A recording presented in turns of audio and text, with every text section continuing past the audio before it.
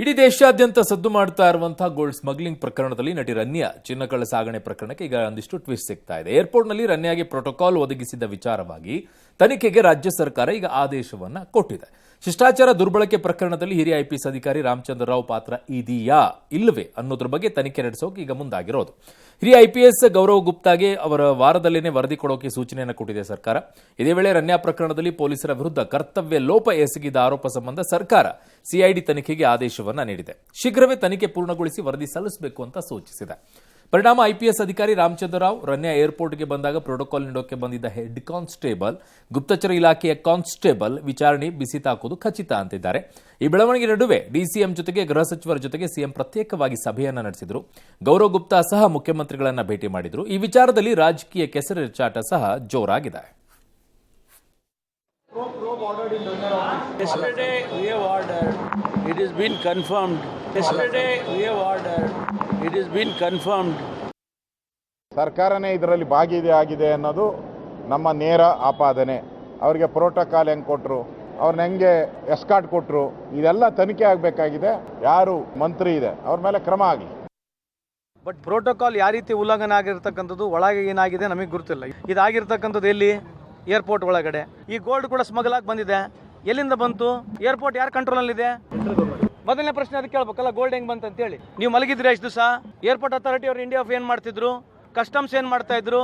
ಯಾರ ಜವಾಬ್ದಾರಿ ಇದು? ಸರ್, ಕಸ್ಟಮ್ಸ್ ಏನ್ ಮಾಡ್ತಾ ಇದ್ರು, ಅವ್ರು ಏನ್ ಮಾಡ್ತಾ ಇದ್ರು ಅನ್ನೋದು. ಆಮೇಲೆ ಶ್ರೀರಾಮಚಂದ್ರನ್ ಕಾಲದಲ್ಲಿ ಇದ್ದಂತ ಒಬ್ಬ ಸೇನಾಧಿಕಾರಿ ಏನ್ ಮಾಡ್ತಿದ್ದ? ಆಮೇಲೆ ಶ್ರೀಕೃಷ್ಣನ ಜೊತೆ ಯುದ್ಧದಲ್ಲಿ ಹೋಗಿದ್ದಂತಹ ಒಬ್ಬ ಅವನೇನ್ ಮಾಡ್ತಿದ್ದ? ಹಿಂಗೆ ಪ್ರಶ್ನೆಗಳು ಇವೆಲ್ಲ ಬದಿಗಿಟ್ರೆ ಸರ್ ಕಾಮನ್ ಸೆನ್ಸ್ ಇಲ್ಲದೆ ಮಾತಾಡ್ತಾರೆ. ಏರ್ಪೋರ್ಟ್ ಅವ್ರ ಕಂಟ್ರೋಲಲ್ಲಿ ಇರುತ್ತೆ. ಏರ್ಪೋರ್ಟ್ ಕಂಟ್ರೋಲಲ್ಲಿ ಇರುತ್ತೆ ಅಂತ ಕೂಡಲೇ ಏರ್ಪೋರ್ಟ್ ಎಲ್ಲ ಬರಲ್ಲ. ಅದು ಇಲ್ಲಿ ಪ್ರಾಬ್ಲಮ್ ಬಂದಿರೋದು ಕಳ್ಳ ಸಾಗಾಣಿಕೆ ಅಲ್ಲ, ಪ್ರೋಟೋಕಾಲ್ ಬಳಕೆಯನ್ನ ಮಾಡ್ಕೊಂಡು ಕಳ್ಳ ಸಾಗಾಣಿಕೆಗೆ ಆ ಲೂಪ್ ಹೋಲ್ ಯೂಸ್ ಮಾಡಕ್ ಹೋಗ್ತಿರೋದು ಪ್ರಾಬ್ಲಮ್ ಆಗಿರೋದು. ಅದು ಅಲ್ಲಿ ತಗಲಾಕೋಬೇಕಾಗಿರೋದು. ಇದು ಕಳ್ಳ ಸಾಗಾಣಿಕೆ ನಾಳೆನೂ ನಡೀಬೋದು. ಈ ಕಾಂಗ್ರೆಸ್ ಇದ್ದಾಗ ಸಂತೋಷ್ ಲಾಡ್ ಹೇಳಪ್ಪ, ಏನು ನಡೀತಾ ಇಲ್ವ? ಚಿನ್ನ ಯಾವನು ತಂದೆ ಇಲ್ವಂತ, ಸಿಕ್ಕೇ ಇಲ್ವಂತ ಚಿನ್ನ? ನೀವು MLA ಆಗಿರಲಿಲ್ಲ, ನಾನು ಕವರ್ ಮಾಡ್ತಾ ಇದ್ದೆ ಆವಾಗ. ಇಲ್ಲಿ HAL ಏರ್ಪೋರ್ಟ್ ಚಿನ್ನ ಹಿಡಿದ್ರು ಅಂತ. ಆಗಿದ್ದಕ್ಕೆ ಅಪ್ರಂಗ್ ನಡೀತಿತ್ತು ಚಿನ್ನದ ವ್ಯಾಪಾರ. ಆಗ ಬೆಂಗಳೂರಿನಿಂದ ಕೆಲವು ವ್ಯಕ್ತಿಗಳು ನೂರಾರು ಜನರನ್ನ ದುಬೈ ಅಂತ ಜಾಗಗಳಿಗೆ ಪ್ರವಾಸದಲ್ಲಿ ಕರ್ಕೊಂಡು ಹೋಗೋರು. ಪ್ರವಾಸದಲ್ಲಿ ಜನರನ್ನ ಕರ್ಕೊಂಡು ಹೋಗೋರು ಫ್ರೀ. ಫ್ರೀ ಟಿಕೆಟ್ ಇಲ್ಲ, ಪಕೆಟ್ ಇಲ್ಲ. 3 ದಿನ ಟ್ರಿಪ್, 4 ದಿನ ಟ್ರಿಪ್, 2 ದಿನ ಟ್ರಿಪ್, ಎಷ್ಟೋ ದಿನ ಟ್ರಿಪ್ಪು. ವಾಪಸ್ ಬರೋವಾಗ ಅವನು ಅಲ್ಲಿ ತನಗೆ ಬೇಕಾಗಿದ್ದ ಪದಾರ್ಥ ಎಲ್ಲ ತೆಗೆದು ಇವರೆಲ್ಲರ ಕೈಗೂ ಹಂಚುವ. ಒಂದೊಂದು ಚೈನ್ ಅಷ್ಟೆಲ್ಲ ಏನೋ ಇರ್ಬೋದು, ಗೋಲ್ಡ್ ವಾಚ್ ಇರ್ಬೋದು, ಎಲೆಕ್ಟ್ರಾನಿಕ್ ಗೂಡ್ಸ್ ಇರ್ಬೋದು, ಕ್ಯಾಮ್ರಾ ಇರ್ಬೋದು, ಅದು ಎಂತೆಂಥದೋ TV ಇರ್ಬೋದು, ಎಂತೆಂಥದೋ ಅವಾಗ ಆ ಕಾಲಕ್ಕೆ ತಕ್ಕಂತೆ ಕೊಡ್ತಿದ್ದ. ಅದನ್ನು ಇವ್ರು ಹಿಡ್ಕೊಂಬಂದು ಇಲ್ಲಿ ಏರ್ಪೋರ್ಟಲ್ಲಿ ದಾಟಿದ ಮೇಲೆ ಅವನ ಕೈಗೆ ವಾಪಸ್ ಕೊಟ್ಬಿಡ್ಬೇಕು. ಓಕೆ. ಇದು ಸ್ಕೀಮು. ಈ ಸ್ಕೀಮಲ್ಲಿ ನಾವು ಎಂತೆಂತಾಗಿ ನೋಡಿದ್ದೀವಿ. ಆಗ ಯಾರ ಕಂಟ್ರೋಲಲ್ಲಿತ್ತು? ಸಂತೋಷ್ ಲಾಡ್ ಯಾರು ಇದರಲ್ಲಿದ್ದರು? ಅವತ್ತಿನ ಪ್ರಧಾನಮಂತ್ರಿ ಯಾರಾಗಿದ್ದರು? ಪ್ರಧಾನಮಂತ್ರಿನೇ ಕಾರಣ ಅವತ್ತಿಗೆ. ಆ ಪ್ರಧಾನಿಯೇ ಮಾಡಿಸಿದ್ದದನ್ನು ಅಂದ್ಬಿಟ್ರಪ್ಪ. ಏನು ದೇಶ ಕಟ್ತಾ ಇದ್ದೀರ್ರಿ. ಬಟ್ ಸರ್ಕಾರ ಇಷ್ಟೊಂದು ತಡ ಮಾಡಿದ್ದೇ ಆಶ್ಚರ್ಯ ಅನಿಸ್ತಾ ಇದೆಯಲ್ಲ ಸರ್. ಪ್ರೋಟೋಕಾಲ್ ಅಧಿಕಾರಿಗಳನ್ನು ವಿಚಾರಣೆಗೆ ಒಳಪಡಿಸ್ತಾರೆ. ಹೌದು, ಲೇಟ್ ಆಯ್ತು. 3ನೇ ತಾರೀಕು ಅರೆಸ್ಟ್ ಆಗಿರೋದು ಇವತ್ತು. But it doesn't matter. ಅದೇನು ಎಸ್ಕೇಪ್ ಆಗೋವಂಥದ್ದು ಏನಲ್ಲ ಅದು. Okay, it's all CCTV base. ಯಾರು ಡ್ಯೂಟಿಲಿ ಇದ್ದ ಅನ್ನೋದು ರೆಕಾರ್ಡಲ್ಲಿ ಇರಬೇಕು. ಹಾಗಾಗಿ ಅದೇ ದೊಡ್ಡ ಏನೋ ಆಗ್ಬಿಡುತ್ತೆ. ಅವ್ನು ಪರಾರಿ ಆಗ್ಬಿಟ್ನಲ್ಲ, ಈಗ ಅವ್ನು ಸಿಕ್ಕಲ್ವಲ್ಲ, ನಂಗೇನಿಲ್ಲ. ಅದು ಅಲ್ಲ ಸರ್, ಸಚಿವರ ಮೇಲೆ ಆರೋಪಗಳು ಬರಕ್ಕೆ ಶುರುವಾದ ತಕ್ಷಣ ಸರ್ಕಾರ ತುಂಬಾ ಅಲರ್ಟ್ ಆದಂಗೆ ಕಾಣಿಸ್ತಾ ಇದೆ. ಇರ್ಬೋದು, ಇಲ್ದೇನೂ ಇರ್ಬೋದು, ನಂಗೆ ಗೊತ್ತಿಲ್ಲ. ಬಟ್ ನಾನಿನ್ನೂ ಒಪ್ಪಲ್ಲ ಸಚಿವರದ್ದಿನ ವಿಚಾರನ. ನಾನಿನ್ನೂ ಒಪ್ಪಕ್ಕೆ ತಯಾರಿ ಇಲ್ಲ. ಅದಕ್ಕೇನಾದ್ರು ಒಂದು ಲವಲೇಶದಷ್ಟು ಒಂದು ಲಿಂಕೇಜ್ ಎಸ್ಟಾಬ್ಲಿಷ್ ಆಗಬೇಕು. ನೋಡೋಣ. ಎಸ್, ಹೇಳಿ. ಓಕೆ. ಬಟ್ ಇಲ್ಲಿ ಇದೊಂದು ಸರ್ಕಾರಕ್ಕೆ ಮುಜುಗರದ ವಿಚಾರ ಅಲ್ವಾ ಸರ್? ಅಟ್ಲೀಸ್ಟ್ ಈಗ ಏರ್ಪೋರ್ಟ್ ಏನ್ರಿ ಮುಜುಗರ? ಸಿದ್ದರಾಮಯ್ಯ ಹೇಳಿದ್ರೇನ್ರಿ ರನ್ಯಾ ರಾವನ್ನ ಒಳಗೆ ಕರೆದ್ಬಿಟ್ಟು ನೀನೋಗಿ ಮೈಗೆ ಅಂಟಿಸ್ಕೊಂಬ ಇಲ್ಲಿ ಅಂತ? ಏನ್ರಿ ಮುಜುಗರ ಸರ್ಕಾರಕ್ಕೆ? ಯಾಕ್ರಿ ಒಳ್ಳೆ ಈಡಿಯಟ್ಗಳ ಥರ ಆಡ್ತಾರೆ ಈ ಗೌರ್ಮೆಂಟಿನ ಜನ? ಏನ್ರಿ ಮುಜುಗರ ಅಂತ ಕೇಳಬೇಕು. ಏನು ಮುಜುಗರ? It's A pure criminal offence. Pure criminal offence of gold smuggling. Question ಇರೋದು ಇಷ್ಟೇ. ಸ್ಮಗಲ್ ಮಾಡಿದಳೋ? ಮಾಡುವುದಕ್ಕೆ ಅವಳೊಬ್ಬಳೇ ಇದ್ದಳ? ಲೋನ್ ಉಲ್ಫಾ? ಇಲ್ಲ, ಜೊತೆಯಲ್ಲಿ ಇದ್ದಾರಾ? ಇದ್ದರೆ ಯಾರು? ಅವ್ನು ರಾಜಕಾರಣಿನ, ಅವ್ರ ತಾತನೋ, ಅವ್ರ ಅಪ್ಪನೋ, ಅವ್ರ ಮುತ್ತಾತನೋ, ಯಾವನೋ ಒಬ್ಬ. ಏನು ಮುಜುಗರ ಏನ್ರಿ ಸರ್ಕಾರಕ್ಕೆ? ಈಗ ನಮ್ಮ ಆಫೀಸಲ್ಲಿ ಯಾವನೋ ಒಬ್ಬ ಆಚೆ ಹೋಗ್ಬಿಟ್ಟು ಒನ್ ವೇನಲ್ಲಿ ನುಗ್ಗಿಬಿಟ್ಟು ಪೊಲೀಸ್ನವ್ರು ಹಿಡಿದ್ಬಿಟ್ಟು ಚಲನ ಹಾಕ್ಬಿಟ್ಟು ನನ್ನ ಆಫೀಸಿಗೆ ಕಳಿಸಿ ನನಗೆ ಮುಜುಗರ ಆಗಬೇಕಾದು. ನನಗೆ ಯಾಕೆ ಮುಜುಗರ ಆಗಬೇಕು? ಆ ಕೋತಿಗೆ ಮುಜುಗರ ಆಗಬೇಕು. ನನಗೆ ಯಾಕೆ ಆಗಬೇಕದು? ಅದನ್ನು ಹೇಳೋದು ಬಿಟ್ಟರು ಗೌರ್ಮೆಂಟ್ನವ್ರುಗಳು ಇಡಿಯಟ್ಗಳ ಥರ ಒಳ್ಳೆ ಆಡ್ತಾ ಇದ್ದಾರೆ ಕೂತ್ಕೊಂಡು. ಎಸ್, ಏನು ಮುಜುಗರ? ಸರ್ ವಿಚಿತ್ರ ಮಂತ್ರಿನೇ ತಂದಿದ್ದ ಅಂತ ಇಟ್ಕೊಳ್ಳೋಣಪ್ಪ. ಫಾರ್ ಎಕ್ಸಾಂಪಲ್ ನಾನು ಹೇಳ್ತಾ ಇದ್ದೀನಿ, ಯಾರೋ ಒಬ್ಬ ಎಕ್ಸ್ ಮಂತ್ರಿನೇ ಮೈಗೆಲ್ಲ ಚಿನ್ನ ಅಂಟಿಸ್ಕೊಂಡ್ಬಂದ್ಬಿಟ್ಟಿದ್ದಾನಂತೆ. ಏನು ಸಾರ್ ಇವರು? ಅದು ಸರ್ಕಾರಕ್ಕೆ ಮುಜುಗರ. ಒಬ್ಬ ಮಂತ್ರಿ ಹಿಂಗ್ ಮಾಡಿದ್ರು ಅಂತ. ಮಂತ್ರಿ ಮಾಡ್ದ, ಒಬ್ಬ ಅಧಿಕಾರಿ ಮಾಡ್ದಾನಿ, ಕೇರಳ ಸರ್ಕಾರಕ್ಕೆ ಮುಜುಗರ. ಮುಖ್ಯಮಂತ್ರಿಯ ಅಧೀನದಲ್ಲಿ ಕಣ್ಣು ರೆಪ್ಪೆಯ ಕೆಳಗಡೆ ಕೂತಿದ್ದಂಥ ಒಬ್ಬ ಅವನ ವಿಶೇಷ ಅಧಿಕಾರಿ ಮಾಡಿದ ಕಚಡ ಕೆಲಸ ಅಂತ ಆರೋಪ ಅವತ್ತು ಅಲ್ವೇ? ಅದು ಮುಜುಗರ. ಇಲ್ಲಿ ಯಾವಳ ಫಿಲಮ್ ಆಕ್ಟ್ರೆಸ್ ಅಂತೆ ಅವಳು ಏನೋ ಅಂಟಿಸ್ಕೊಂಡ್ಲಂತೆ, ಅದಕ್ಕೂ ಸರ್ಕಾರಕ್ಕೂ ಏನು ಸಂಬಂಧ? It looks like A professional act. ಅದರಲ್ಲಿ ಮಂತ್ರಿ ಪಾತ್ರ ಇದೆಯೋ ಇಲ್ಲವೋ ತನಿಖೆಯಲ್ಲಿ ಗೊತ್ತಾಗಬೇಕು. ಗೊತ್ತಾದರೆ ಆಗ ಸರ್ಕಾರಕ್ಕೆ ಒಂದು ಸಣ್ಣ ಪ್ರಮಾಣದ ಮುಜುಗರ ಪ್ರಾರಂಭ ಆಗತ್ತೆ. ಕ್ರಮ ತೆಗೆದುಕೊಳ್ಳದಿದ್ದರೆ, ಕ್ರಮ ತಗೊಂಡ್ರಲ್ಲ ಇಮಿಡಿಯೇಟ್ಲಿ ಹೂ ಇಸ್ ದಿಸ್ ನಿಜವಾಗ್ಲೂ ಎಸ್ಟಾಬ್ಲಿಷ್ ಆದರೆ ಮಂತ್ರಿ ಮೇಲೆ, ಆ ಮಂತ್ರಿ ಮನೆ ಕಳಿಸಿ ಅವ್ನು ರಾಜೀನಾಮೆ ಕೊಡಿಸ್ಬಿಟ್ಟು ಅಂತ ಆಗ್ಲೂ ಮುಜುಗರ ಅಲ್ಲ, ಆ್ಯಕ್ಷನ್ ತಗೋಬೇಕಷ್ಟೇ, ಡಿಫೆಂಡ್ ಮಾಡೋದಲ್ಲ. ಎಸ್, ಈಗ ಬರುತ್ತೆ ಸರ್ ಆ ವಿಚಾರ. ಈಗ ಇನ್ನೊಂದಷ್ಟು ವಿಚಾರಗಳು ಗೊತ್ತಾಗ್ತಾ ಇದೆ ಗೋಲ್ಡ್ ಸ್ಮಗ್ಲಿಂಗ್ನಲ್ಲಿ. ಮಾರ್ಚ್ 3ನೇ ತಾರೀಕು ಇಂಟರ್ನ್ಯಾಷನಲ್ ಏರ್ಪೋರ್ಟ್ಗೆ ಲ್ಯಾಂಡ್ ಆದ ತಕ್ಷಣ ಆಕೆ ಪ್ಲೀಸ್ ಹೆಲ್ಪ್ ಮಿ ಅಂತ ಸಚಿವರೊಬ್ಬರಿಗೆ, ಪ್ರಭಾವಿ ಸಚಿವರೊಬ್ಬರಿಗೆ ಮೆಸೇಜ್ ಮಾಡಿದ್ರಂತೆ. ತಕ್ಷಣ ಆ ರಾಜಕಾರಣಿ ಕರೆ ಮಾಡಿ 2 ಬಾರಿ ಮಾತಾಡಿದ್ದಾರೆ. ಇನ್ನೊಂದು ಸರ್ತಿ ಕಾಲ್ ಮಾಡೋದಕ್ಕೆ ಹೋಗೋಷ್ಟೊತ್ತಿಗೆ ಅಧಿಕಾರಿಗಳು ಲಾಕ್ ಮಾಡಿದ್ದಾರೆ.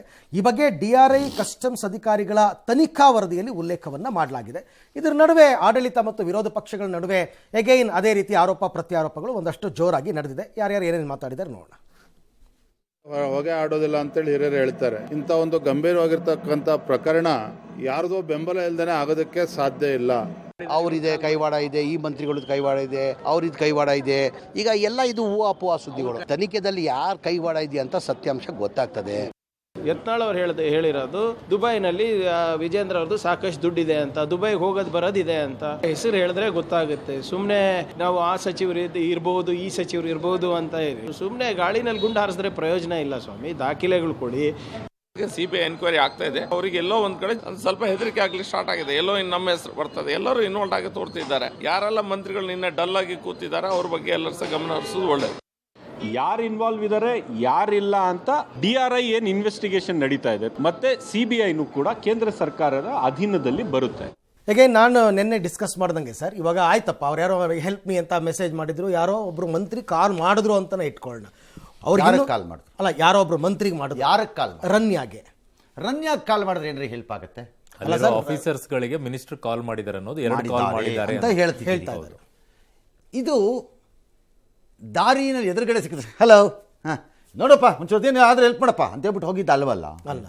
There is a electronic tracking of such a call ತಾನೆ. ಇದು ಯಾರು ಕಾಲು ಮಾಡಿದ್ದು, ಯಾರಿಗೆ ಕಾಲು ಮಾಡಿದ್ದು, ಏತಕ್ಕೆ ಕಾಲು ಮಾಡಿದ್ದು, ಹೇಳಿದ್ದಾದರೂ ಏನು, ಇದಿಷ್ಟು ಗೊತ್ತಾಗಬೇಕು. ಅವ್ರು ಯಾರೋ ಅಧಿಕಾರಿ DRI ಅಧಿಕಾರಿಗಳು ಲೆಕ್ಕ ಮಾಡ್ಕೊಂಡು ವರದಿಯಲ್ಲಿ ಉಲ್ಲೇಖ ಮಾಡಿಬಿಟ್ಟಿದ್ದಾರೆ. ಏನು ಉಲ್ಲೇಖ ಮಾಡಿದಾರಂತೆ? ಇವ್ರ ತಲೆ ಸಗಣಿ ಉಲ್ಲೇಖ ಏನಿದೆ? ಆ ಉಲ್ಲೇಖ ಊಹಾಪೋಹದ ಆಧಾರದ ಮೇಲೆ DRI ಮಾಡಿದ್ರೆ you are also part of the criminal offence. ಅವಾಗ ನೇರವಾಗಿ because it's a electronically trackable number. ಯಾವ ನಂಬರ್ ಅದು? ಆಫೀಸರೋ ಮಿನಿಸ್ಟ್ರೋ ಯಾರೋ ಅವ್ನ ನಂಬರ್ ಏನು, ಹೂ ಕಾಲ್ಡ್ ಹೋಮ್ ಅನ್ನೋದನ್ನ ಹೇಳಬೇಕು.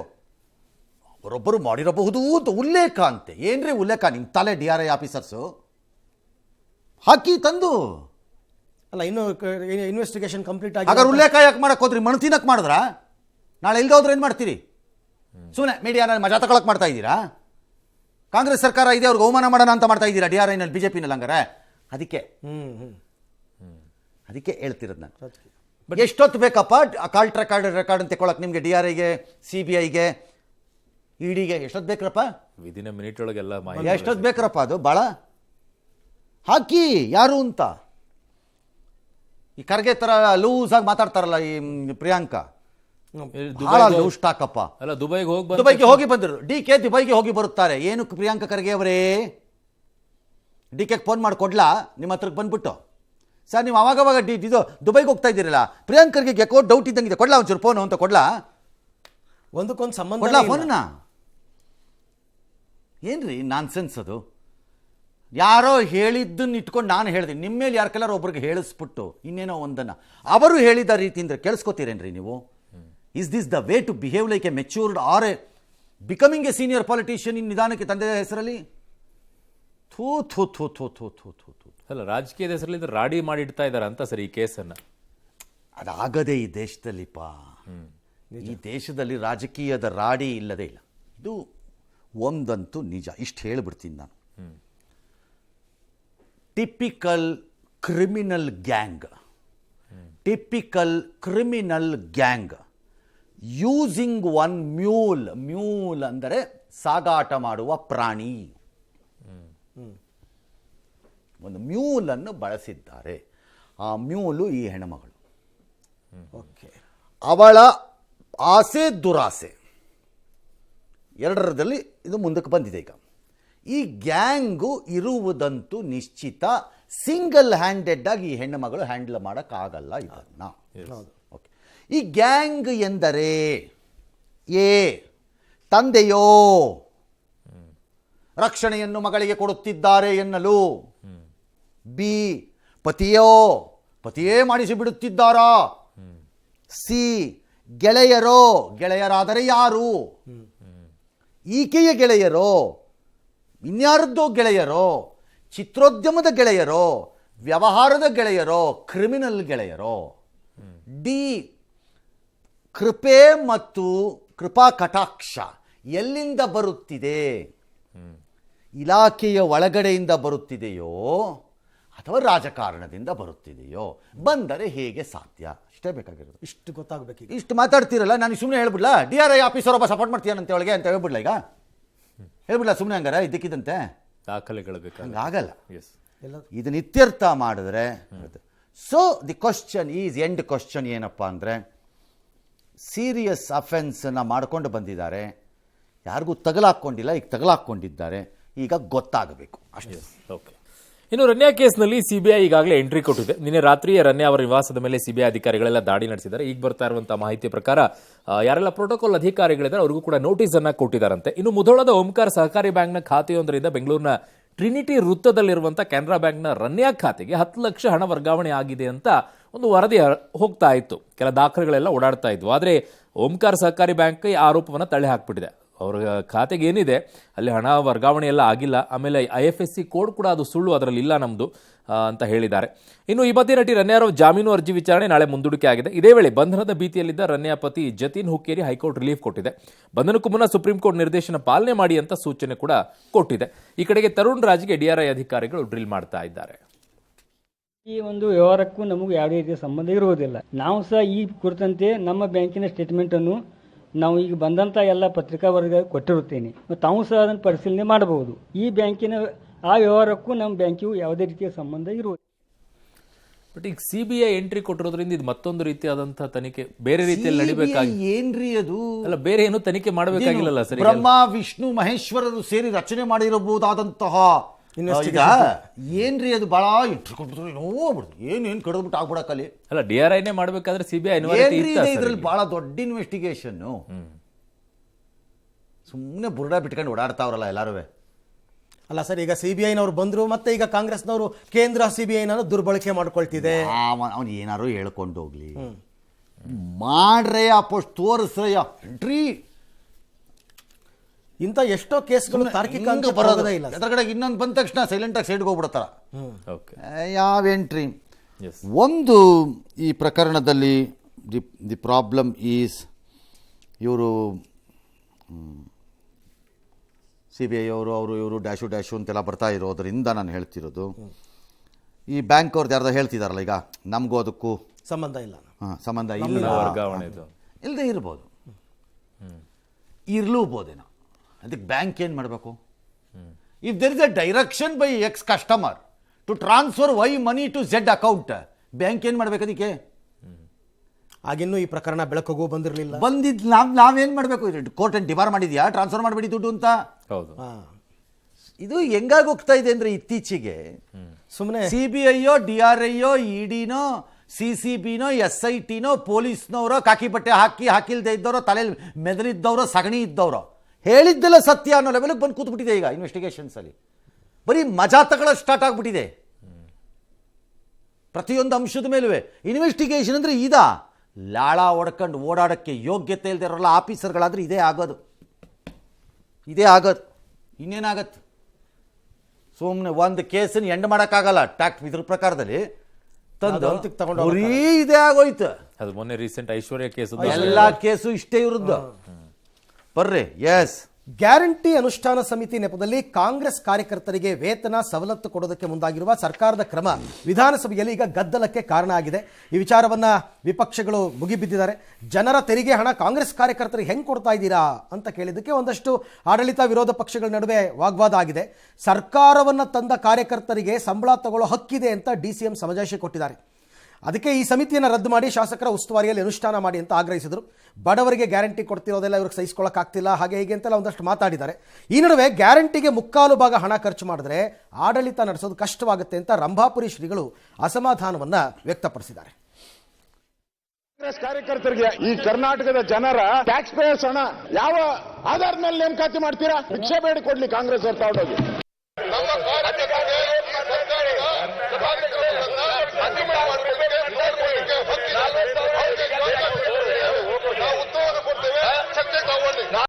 ಈ ದೇಶದ ಬಡ ಜನತೆಗೆ ತಾಯಂದಿರಿಗೆ 5 ಗ್ಯಾರಂಟಿಗಳು ಕೊಟ್ಟಿದ್ದೇವೆ. ಅವ್ರಿಗೆ ಏನಾಗಿದೆ ಅಂದ್ರೆ ಏನಾರು ಮಾಡಿ ಎದುರಿಸೋಣ ಅಂತ ಪ್ರಯತ್ನ ಪಟ್ರು. ಈ ಗ್ಯಾರಂಟಿನ ನಾವು ಯಾವ ಕಾರಣಕ್ಕೂ ನಿಲ್ಲಿಸಲಿಕ್ಕೆ ಸಾಧ್ಯ ಇಲ್ಲ.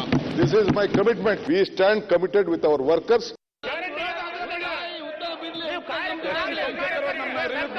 ಗ್ಯಾರಂಟಿ ಯೋಜನೆಗೆ ಹಣವನ್ನು ಕಾಲವಾಗಿ ಖರ್ಚು ಮಾಡಿದ್ರೆ ಆಡಳಿತ ನಡೆಸೋದು ಬಹಳ ಕಷ್ಟ. ಆಡಳಿತ ಪಕ್ಷದ ಎಷ್ಟೋ ಜನ ಕಾಂಗ್ರೆಸ್ ಶಾಸಕರು ಕೂಡ ಅಭಿವೃದ್ಧಿ ಕಾರ್ಯಗಳಿಗೆ ಹಣ ಇಲ್ಲದಕ್ಕಾಗಿ ಅವರು ಕೂಡ ಕೊರಗ್ತಾ ಇದ್ದಾರೆ. ಮೊನ್ನೆ ಬಜೆಟ್ ಅಧಿವೇಶನದಲ್ಲಿಯೂ ಕೂಡ ಯಾವುದೇ ಮಠ ಮಂದಿರಗಳಿಗೆ ವಿಶೇಷವಾದಂತಹ ಅನುದಾನ ಕೊಟ್ಟಿಲ್ಲ. ಸರ್ಕಾರವನ್ನ ತಂದ ಕಾರ್ಯಕರ್ತರಿಗೆ ಸಂಬಳ ತಗೊಳ್ಳೋ ಹಕ್ಕಿದೆ ಅಂತಕ್ಕಂಥ ವಾದವನ್ನು ಒಪ್ಪೋದು. ಸರ್ಕಾರವನ್ನು ತಂದ ಕಾರ್ಯಕರ್ತರುಗಳಿಗೆ ಸಂವಿಧಾನದಲ್ಲಿ ಜಾಗ ಇರಬಹುದಾದ ಹುದ್ದೆಗಳು ಕೊಡಬಹುದೇನೋ ನೀವು? ಬೋರ್ಡು, ನಿಗಮ, ಮಂಡಳಿ ಇಲ್ಲ. ಬಟ್ ಆ ಹಕ್ಕಿದೆ ಅದಕ್ಕಿಂತ ಇರ್ಬೋದು. ಓಕೆ, ನಾಳೆ ಪ್ರೈಮ್ ಮಿನಿಸ್ಟ್ರು ಮಾರಿಷಿಯಸ್ಸಿಂದ ವಾಪಸ್ ಬರ್ತಾರೆ. ಇದನ್ನು ಕೇಳಿಸ್ಕೋತಾರೆ. DK ಅವರ ಅಮೋಘ ಅಮೃತವಾಣಿಯನ್ನು ಕೇಳಿಸ್ಕೋತಾರೆ. ಆಲ್ ರೈಟ್, ಸರ್ಕಾರವನ್ನು ಅಧಿಕಾರಕ್ಕೆ ತರುವುದರಲ್ಲಿ RSSದು ಭಾಳ ಪಾತ್ರ ಇದೆ. BJPನ ಈ ದೇಶದಲ್ಲಿ ಒಂದು 10 ಲಕ್ಷ RSS ಕಾರ್ಯಕರ್ತರಿಗೆ ಇನ್ಮೇಲಿಂದ ಮಾಹೆ ಪ್ರತಿ ತಿಂಗಳು ಒಂದು 20,000 ರೂಪಾಯಿ ಸಂಬಳ ಕೊಡೋಣ ಅಂತಂದರೆ ಏನಾಗ್ಬೋದು? ಹಾಗೆ ಇವ್ರು ಶುರು ಮಾಡ್ತಾರೆ. ಏನಾಗ್ಬೋದು? ಯಾಕೆ ಮಾಡ್ತೀರಿ? ಅಲ್ಲ, ಯಾಕೆ ಶುರು ಮಾಡ್ಬೇಕು ನೀವು? ಹಕ್ಕಿದೆ ಅಲ್ವಾ? ಯಾಕೆ ಶುರು ಮಾಡ್ಬೋದು? ಹಕ್ಕಿಲ್ವಾ? ಹಾಗಾದ್ರೆ ಕೊಡ್ರಿ. ದಿ ಪ್ರಾಬ್ಲಮ್ ಇದರಲ್ಲಿ ಬ್ಯಾಡ್ ಪ್ರೆಸಿಡೆಂಟ್ಗಳನ್ನ ಸೆಟ್ ಮಾಡಕ್ಕೆ ಸ್ಟಾರ್ಟ್ ಮಾಡ್ತಾ ಇದ್ದೀರಿ ನೀವು.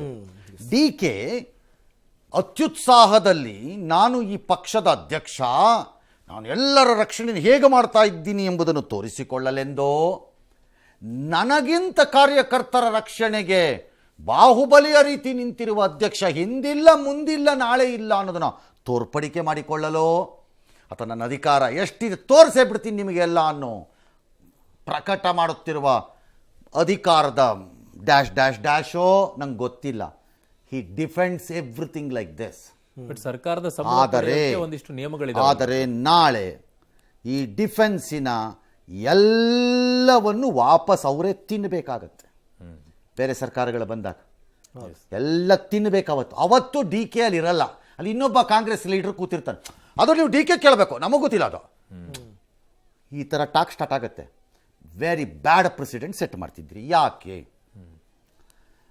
ಗ್ಯಾರಂಟಿನ ಕೊಡಬೇಡಿ ಅಂತ ಹೇಳಿದವ್ರು ಯಾರು ನಿಮಗೆ? ಯಾರು ಹೇಳಿದವ್ರು ನಿಮ್ಗೆ ಈಗ ಗ್ಯಾರಂಟಿ ಕೊಡಬೇಡಿ ಅಂತ? ನಾವು ಯಾವುದೇ ಕಾರಣಕ್ಕೂ ಈ ಗ್ಯಾರಂಟಿಯನ್ನು ನಿಲ್ಲಿಸ್ತೀರಿ ಅಂತ ಹೇಳಿದವನು ಯಾವನು? ಫಸ್ಟ್ ಆಫ್ ಆಲ್ ಇನ್ನು ಈ ವಿರೋಧ ಪಕ್ಷದವರು ಆ ಪಾಯಿಂಟ್ ರೈಸ್ ಮಾಡಿದ್ದಾರೆ ಅಂತ ಇಟ್ಕೊಳ್ಳೋಣ. ಹೇಳಿದವ್ರು ಯಾರು? ಎಲ್ಲಿ ಹೇಳಿದ್ದಾರೆ? ಯಾರು ಹೇಳಿದ್ದಾರೆ? ಬಿಡಿ, ಇಲ್ಲ, ಯಾರು ಇಲ್ಲ. ಗ್ಯಾರಂಟಿ ಕೊಡೋಕ್ಕೆ ನಿಮಗೆ ಯೋಗ್ಯತೆ ಇಲ್ಲ ಸರಿಯಾಗಿ ಸಮಯಕ್ಕೆ ಅಂತ ನಾವು ಹೇಳ್ತಿರೋದು. ಸಮಯಕ್ಕೆ ಕೊಡಲು ಯೋಗ್ಯತೆ ಇಲ್ಲ, ಗ್ಯಾರಂಟಿಗೆಂದು ನಿಮ್ಮ ಬಳಿ ಹಣವಿಲ್ಲ, ಹಾಗಾಗಿ ಅಭಿವೃದ್ಧಿ ಕಾರ್ಯಗಳು ಡಮಾರ್ ಅಂತ ಹೇಳ್ತಿರೋದು ಉಂಟು. ಹಾಗಾಗಿ ಗ್ಯಾರಂಟಿಗಳನ್ನು ನಿಶ್ಚಿತ ರೂಪದಲ್ಲಿ ತಲುಪಬೇಕಾದರೂ ತಲುಪಿಸಿ ಅಂತ ಹೇಳಿರೋದು ಉಂಟು. ಗ್ಯಾರಂಟಿ ನೀವು ನಿಲ್ಲಿಸ್ತೀರಿ ಅಂತ ಹೇಳಿರೋರು ಯಾರು? ನಂಬರ್ 2, ಈ ಗ್ಯಾರಂಟಿ ಜಾರಿ ಆಗ್ತಿದೆಯಾ ಇಲ್ವಾ ಅನ್ನೋದಕ್ಕೆ ನೀವು ಕಮಿಟಿ ಮಾಡ್ತಾ ಇದ್ದೀರಲ್ಲ, ರಾಜ್ಯ, ಜಿಲ್ಲೆ, ತಾಲೂಕಾ, ಹೌದು, ಏನೇನೋ ಮಾಡ್ತಿದ್ದೀರಲ್ಲ, ಅದಕ್ಕೆ ಕಾಂಗ್ರೆಸ್ ಕಾರ್ಯಕರ್ತರಿಗೆ ಹಕ್ಕಿದೆ ಅಂತಂತಿದ್ದೀರಲ್ಲ. ಇಲ್ಲ ಹಕ್ಕು. ಯಾಕೆ? ಇವರಿಗೆ ಕೊಡುತ್ತಿರುವ ಸಂಬಳ ಏನಿದೆ ಅದು ಟ್ಯಾಕ್ಸ್ ಪೇಯರ್ ಮನಿ. ಟ್ಯಾಕ್ಸ್ ಪೇಯರ್ ಮನಿ ಕಾಂಗ್ರೆಸ್ ದುಡ್ಡಲ್ಲ, ಕರ್ನಾಟಕದ ದುಡ್ಡು. ವ್ಯತ್ಯಾಸ ಗೊತ್ತಿರಬೇಕು. ಕಾಂಗ್ರೆಸ್ ದುಡ್ಡಲ್ಲ, ಕರ್ನಾಟಕದ ದುಡ್ಡು. ಓಕೆ, ಕರ್ನಾಟಕದ ದುಡ್ಡನ್ನು ಕೊಡಲು CAG ಇರುತ್ತೆ, ಕಂಟ್ರೋಲರ್ ಆ್ಯಂಡ್ ಆಡಿಟರ್ ಜನರಲ್ಲೋ ಅಥವಾ ಇಲ್ಲಿ ಲೆಕ್ಕಾಧಿಕಾರಿಗಳೋ ಯಾರೋ ಇರ್ತಾರೆ. ಟ್ಯಾಕ್ಸ್ ಪೇಯರ್ ದುಡ್ಡನ್ನು ಕೊಡಬೇಕಾದ್ರೆ ಅದಕ್ಕೆ ನಿಯಮಗಳು ಬೇಕು. ಈ ವರ್ಕರ್ಸಿಗೆ ಆ ನಿಯಮಗಳು ಅಪಾಯಿಂಟ್ಮೆಂಟ್ಗೆ ಏನು? ಅಪಾಯಿಂಟ್ಮೆಂಟ್ ಕಾಲ್ ಮಾಡಿದ್ರಾ, ಸೆಲೆಕ್ಷನ್ ಮಾಡಿದ್ರಾ, ಸೆಲೆಕ್ಷನ್ ಮಾಡೋಕ್ಕೆ ಮಾನದಂಡಗಳನ್ನು ಪ್ರಕಟಿಸಿದಿರಾ, ಪ್ರಕಟಿಸಿದ ನಂತರ ಆಯ್ಕೆ ಸಮಿತಿ ಇದೆಯಾ, ಆ ಆಯ್ಕೆ ಸಮಿತಿ ಅಧ್ಯಕ್ಷ ಯಾರು, ಅವನು ಹೇಗೆ ಪಾರದರ್ಶಕವಾಗಿ ಆಯ್ಕೆ ಮಾಡಿದ, ಆಯ್ಕೆ ಮಾಡಿದವನ ಮಾನದಂಡವಿದೇನು, ಕ್ವಾಲಿಫಿಕೇಶನ್ ಏನು, ಇದೆಲ್ಲ ಬೇಕಲ್ಲ. ನಿಮ್ಮ ತಾತನ ಮನೆ ದುಡ್ಡು ಅಲ್ವಲ್ಲ, ಕಾಂಗ್ರೆಸ್ ಮನೆ ದುಡ್ಡು ಅಲ್ವಲ್ಲ. On this point, somebody can go to court. A taxpayer. Yes. No, you cannot. Anta. Somebody can go. Or let BJP go and tell Modi, distribute 25,000 rupees RSS workers ge deshavyapi, because they have helped BJP to come to power. What will be Shivkumar do? ಹಂಗೆ ವಾದ ಮಾಡಿದ್ರೆ ಏನ್ ಮಾಡ್ಕೋತೀರಿ ಬೇಕಾಗುತ್ತೆ. ಏನ್ ಮಾಡ್ಕೋತೀರಿ ಆಗ? ಅಷ್ಟೇ. ಓಕೆ.